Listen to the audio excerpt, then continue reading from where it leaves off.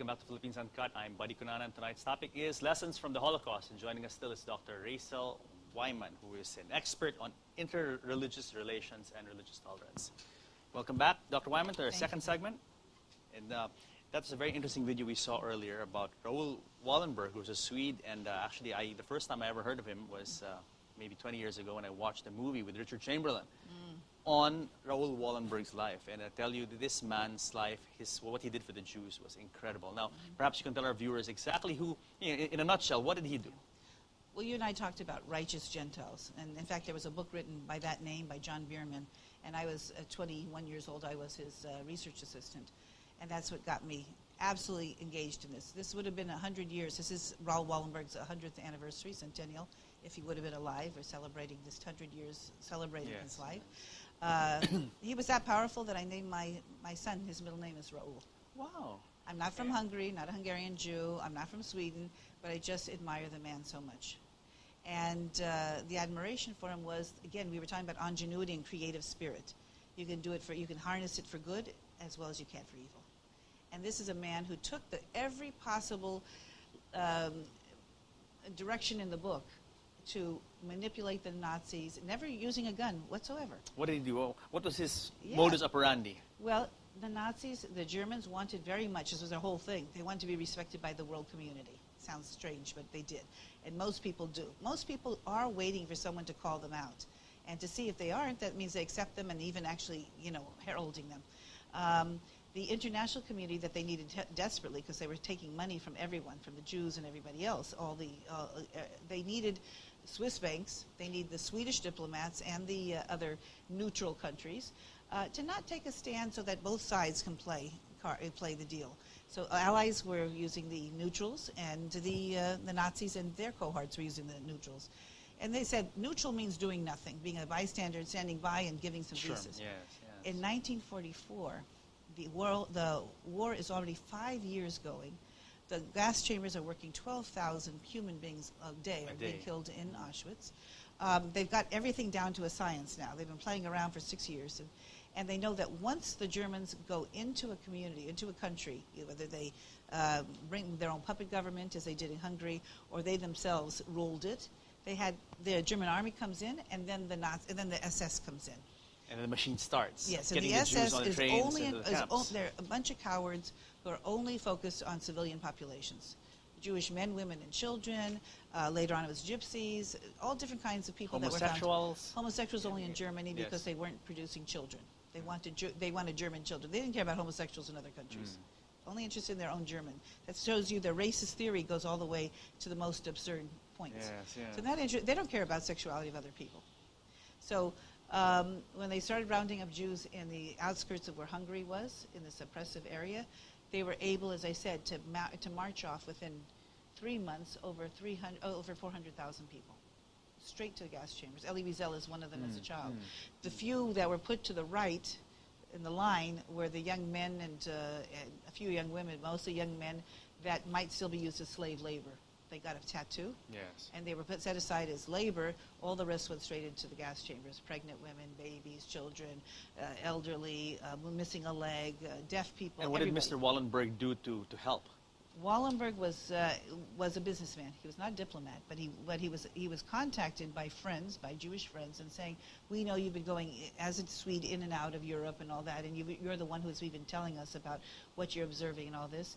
If the neutrals finally got involved, if the neutrals at the point where the Nazis are coming to the big city of Budapest, where there are more than 100,000 Jews there, can you do something to stop the trains from running? Can you do something to stop so as soon as you get on that train, that's the end. The boxcart is you've already sealed the fate of that person.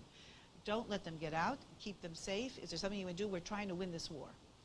The people who came up with that were people in America, American Jews and Christians, that had been giving to the U.S. State Department money for resettling refugees after the war. And they said there isn't going to be no refugees after the war if you don't do something now. So the most important part of the story is that Wallenberg went went first to the King of Sweden and said, "I want whatever I'm doing, you give me sanction." that what I'm going in is one thing, to rescue Jews. Okay. Will you give me sanctuary? Don't give me money. Money is available, different things, but just give me the sanction of the stamp of your approval. I am a Swedish diplomat. He gave him that Okay. role. He went into Budapest and he started using what is considered to be neutral terminology that everyone can have, which is once you build an embassy or buy a building and say this is my embassy and you It's bring protected. people in, It's you're protected. Yes. And the Nazis wanted just as desperately for their POWs to get Red Cross help, wanted just as Sure, desperately to sure. have access to neutrals. Sure. So they respected this total complete sham and facade. Sure. They actually did. So not only did he start putting up buildings and putting the flag on top and He started bringing people in, issuing passports. issuing passports, saying these are people that are stuck during wartime, but afterwards they're going to be They're Swedes. Swedes. They're Swedes. They've got Swedish protection. Amazing. They didn't go out that much, but they have Swedish protection. He encouraged the Swiss to do it. He encouraged the Spaniards through a fellow who was totally another businessman to take over. He was just doing Spanish consulate stuff. Yes. And he encouraged the Vatican and the Red Cross, who did nothing during that time, to finally start doing something. Yes. It was both his magnetism about saying, we can do it. What's so wonderful, he said, we can do this. We can save lives. It's How only a many few more months. how many Jews did Wallenberg save? Would you have an idea? It's been heavily documented because we know who's alive and who wasn't going to be.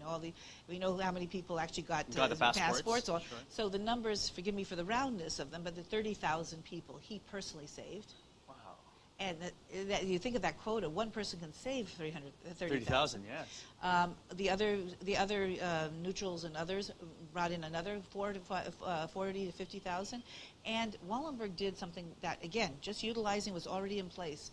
The Allies said, when this is over, we're going to hold the people accountable for murdering on purpose civilians. I say Jews, but civilians. On purpose going in and selecting who should live and who should die. Yes. Yeah. And he went to talk to the German commander at the time, the general that was involved, and he said to him, because he heard that they were going to bomb the ghetto, what was left of the Jews and the poor Jews and others that were around and everything else. And if you leave this place without bombing innocent lives, I will give affidavit in court that you did that, and maybe your sentences will be lighter. If you kill the Jews, I'll make sure that you pay for it. And we say that because of that, when the Soviets came in, more than 100,000 Jews, identifiable Jews, not in hiding, that were saved. Yes. So Wallenberg inspired 100,000 lives to exist today. And so his legacy, his idea, that as he said, once you make the choice, I want to do something, you find at your fingertips everything. Yes. Yeah. There's a terrible story, beautifully written by Ursula Hegge, a German writer, post-Holocaust, who tells the story of a young woman, in fact a German dwarf and her father, that there was a knock on the door. Okay. And they opened the door, and there's a man with a baby, and he said, this is my baby, my wife is there, I'm a Jew, we're running, we know the Nazis are close, can we just stay here, we're exhausted, hungry, stay here for one night, we promise we'll move on, just escape. And they shut the door in his face. And Ursula Hegge's story goes on, and they say about the father and the daughter waited night after night for another knock on the door, so they'd be brave enough, they decided now, they're going to let somebody in. But there never was another knock. Ooh. And the idea is to raise children today, human beings, that whether it's a physical knock or emotional knock or an understanding, To step that up when to the plate. to step up right then and there. Don't When the right away opportunity say, comes. what might happen to me? Do I have enough bread? Is this possible? When you see people in need, in desperate need at that moment, the sanctuary is so important. Absolutely. And this is why I'm in the Philippines, because I saw and I heard for the first time in all those years that I was working in Holocaust rescue and stories of resistance and people of righteous behavior, both Jews and non-Jews, that helped save lives, thousands and thousands and hundreds of thousands of lives, that I heard about Manuel Quezon. There you go. And this is, I'm glad you brought this up, because a lot of people actually are not too aware of the role that the late President Quezon had in saving so many Jews from, as I said in the opening spiel, imminent death, imminent extermination. Let's talk about his role. What did Manuel Quezon do? Manuel Quezon, I mean, this is his, I mean, like I say, But I want the young people to have heroes. I certainly have them, and I think those are the people that inspire you. You say one person's a politician. What can a politician do? One person's a priest. What can you do? The idea is wherever you are in life, you have the responsibility to say yes when the knock came at the door. And you can do something. And you can do something. Yes. And that's what happened to Manuel Quezon. He saw there were a very small Jewish community that was here, very How tiny. small was it at that time? Not even Dr. 50 Wyman? families. 150, okay. No, 50. 50. Not okay. even 50 families. Okay. And of those 50 families, maybe a handful were wealthy enough to help somebody else in Okay. any sustained way. 5 to 10 families maybe. And one of those families was a Frieder family that was here with the cigars. And they were playing poker with Manuel Quezon, with Eisenhower, with McNutt, with others there. And they said, we're import-export. We're on those boats, and we see boat people. We see Jews on boats escaping. They're escaping with just their lives. That's all they had. The Yep. Nazis wouldn't Yep. allow them to take any money No out. possessions, sure. No port is letting in any immigrants. And these are people with skills. These are doctors. These are lawyers. There's... Yeah, because Jewish people, I mean, generally are very skilled, very educated, very skilled. It's something very big in the Jewish tradition. Education, right? I mean, correct me if I'm Education wrong. is the Yeah. goal, and so I think it's one of the reasons we lasted for 2,000 years in exile, Yes. is because we taught our children, both the poor and the rich child. Every 3-year-old boy, now girls, but before that, every 3-year-old boy had to be educated. Yes. Everyone. And when you want to choose a good match for your wife, for your daughter, you wouldn't go to the richest man, you'd go to the most scholarly, the most accomplished, that could answer the most difficult question in the best way. That was considered to be the highlight. So Quezon was playing poker with these guys and found out that There's boat people a that lot are of Jews were knocking on the door. fleeing Europe and had nowhere to go. At this point, it's Germany, Austria, because Okay, we're talking about okay. the 38 to 37, Okay. 38. No one knew when that war would happen, or the fact that They were just many- fleeing. They were just fleeing for their lives. Anne Frank's family fled Sure. to Holland. They never thought that Holland would be invaded, right? I mean, Yes. they did flee. But people say, why didn't they go? People left wherever they could. But And so what those people that don't were the realize is what you said, that a lot of doors are actually closed to them. A lot of countries said, no, we're Right. not taking any Jews. There's, the obvious is an easy. I say easy, meaning it's true, but it's also easy. There's a depression going on. Who needs more immigrants? Sure. Right sure. now they're doing that in America. Who needs more immigrants? We have a Sure. difficult financial Sure. state. When in fact, those roles and those responsibility, the idea that Quezon had wasn't really that people would stay in Manila, but they would be throughout the islands to be helping with doctors, and we're helping pharmacists and helping chemists and helping people. So what did Quezon do? Quezon agreed to say that since there is no immigration policy at the moment in the Philippines, that they would open up the doors to as many as we can with the consensus of people as we're building an immigration policy, and I'll even house them on my own land in Marikina. Oh, wow. As you're deciding, they'll be Amazing, my amazing. guests here, Amazing. alien guests here, stateless at this moment, but we will bring them in as long as your Jewish community will pay for it. So no Filipino can ever say that is a burden on the state that was brought in. So they would have the meals and the food and living and learn the English and learn what pass whatever test it is, licenses and others. The kids would go to school. They would have their tuition paid for at La Salle. By the Jewish community. By the Jewish community. And La Salle had Jewish kids there. St. Scholastica Ateneo. had Jewish kids there. Ateneo I haven't yet found, Okay. but those who did, yeah. And the Jews did come. The Jews came, and it was beautifully a very clever way of doing it, because again, borders were controlled still by the Americans. And the Americans didn't want the Jewish refugees, or any refugees, but any Jewish refugees coming here, just like they didn't want them coming to America. So they had the same policy. So Quezon said, how about if we, and this is the work together, how about if we advertise in newspapers in Europe saying that we need people for jobs? And they could apply to jobs through the American consulate, provided that they had, and then they would have the list. Did people respond to these jobs? Thousands of people responded. Thousands of people responded, and they had to go through the list first to say, what is the ones that match our, not just a baker, because we have a lot of bakers, but we need a pharmacist, we need an accountant that has 3 different languages, we need people that have knowledge in these fields, we need the head of a symphony. They got in the head of the symphony, Zipper, who helped the Manila Symphony get started. Is that so? This is true. Everything that he Amazing, could think amazing. of to build a new country, yes. because here are people that have skills without a country. Here's a country that didn't have people with skills to be spread out throughout the community. How many Jews responded to this call from Quezon to come We here? don't know how many actually responded, but we know that 1,200 ultimately made it. Made it to the Made it. Philippines. 1,200 people. And again, in proportion, it really doesn't matter whether it's one family or 1,200. It was the will, the intentionality, the idea behind it. At a time of total darkness, when no one would accept Jews, or hardly any nation would open its arms to Jews, the Philippines was there, accepting Jews here, saying, "Come to us. Well, remember, this is a safe haven." And Quezon did it, even though it was. He had an election coming up. Those that are with the Spanish sector that were very sympathetic to Franco were not helpful to him. The nationalists, yes. He had to contend with the Americans, whether the Americans would allow how far he can go, and his own population saying why this, why now, where. But it was very interesting. A lot of members of the population, when they met these fleeing Jews, they didn't realize that using their own reverse prejudice, that white people could be poor. That white people are living alongside the poorest of the poor in the Philippines, because they had no home and they had everything was taken from them. I guess in Quezon's case, something that something just triggered in him that desire to help other people. He didn't know people thousands and thousands of kilometers away in another continent. It's just something the human person came out and just said, "I want to help." Forgive me, buddy, but I just want to forgive me for interrupting you. Please. But I'm so excited about the story sometimes because what is so brilliant is the fact that anybody who is a thinking Filipino saying this is the Commonwealth, soon will be a country. What do we want to look like and be to the rest of the world and to ourselves? And George Macobo, who was then president of UP at the time, who later became one of the first ministers of education here. They called it public instruction, but yes, minister of education.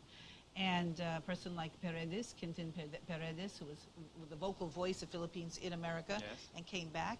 And a few others said, this is such an incredible moment in history. November 9th, 1938. That's when the Nazis, as I told you, began the Holocaust. Everything else was discrimination, putting on stars, burning books, kicking people out of schools, out of jobs. It was everything to make people leave. After that, when there's little to go and people had no place to go to and no money to get there, and no welcome arms there, was this new policy of let's start rounding up Jews into concentration camps. That night, 30,000 Jews were rounded up into camps in one night. It was called Kristallnacht because it's the night of the broken glass. Every single pane of glass in a home or in a storefront that had any relation with Jews was destroyed. 99 houses of worship, 99 synagogues were destroyed at that night. That was on the front page of the Inquirer. Then it was called the Inquirer, the Bulletin, which was still around then. Others, it was on the radio. Those are the only two places you can get it. Radio and then the word of mouth, and those few Jews who are coming in on the boat saying what they witnessed and what horror they were already experiencing. Within 10 days, on November 19th, 1938, next year's 75th Jubilee moment, the Filipinos at the old gymnasium at the Ateneo, Catholics and Protestants, had a rally called Indignation Rally. 1,000 Filipinos showed up. They showed up to something that was created, a committee for racial and religious tolerance.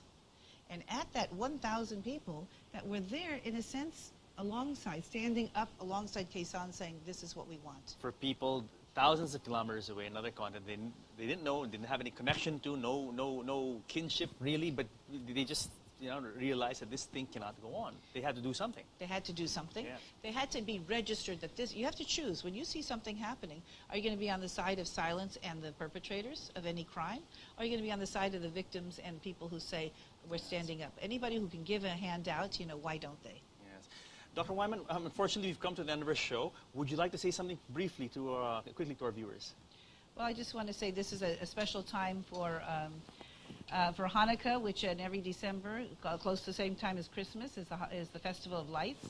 The Hanukkah that I brought today represents freedom of religion. And we keep lighting the lights, so all 8 plus the one, what we call shamash, the one holder is lit. Those 8 days that symbolizing growing light in this darkness. When it's a winter solstice and so dark, for everybody else to start seeing that there's light. And I'm here in the Philippines and going on to Indonesia and other places, looking for and finding, that's the whole point, I do find wonderful people who light up the world with the brightness of their behavior, their attitude, their actions that goes against the darkness of evil and of hatred and bigotry, prejudice. It's the kind of thing that I'd love to see happen in schools here, that we would learn about who are the great role models, including Quezon, not only as the first president of the Commonwealth, but as someone who did an incredibly worthy deed that shows that in the spirit of Rizal, who remembers how difficult your oppression was, in the spirit of deciding, are you a democracy or are you a fascist? And then the third thing, in identifying openly that the good Christian thing to do, as a predominantly Christian nation, to look at it and where are the great things that it did lead us to, their relationship to their older brother, the Jewish people. On November 19th, the indignation rally took place, 1,000 Filipinos showing up. A few years later, after that horrible war in 47, you made the decision to partition Palestine and give us a home, a Jewish national home in 1947, and we'll never forget it. We never forget our friends. And as Filipinos, we are so proud to have been instrumental in the creation of the State of Israel. Thank you very much, Dr. Wyman. Thank you. God bless you, ma'am. Thank you and very more much. power to you in your advocacy. Thank you. Shalom. Shalom. Thank you very much. Well, guys, I hope you enjoyed our talk on the Holocaust and lessons learned from the Holocaust. Join us again next week here on Philippines Uncut, where we talk about what matters to you, because you guys matter the most. See you guys next week.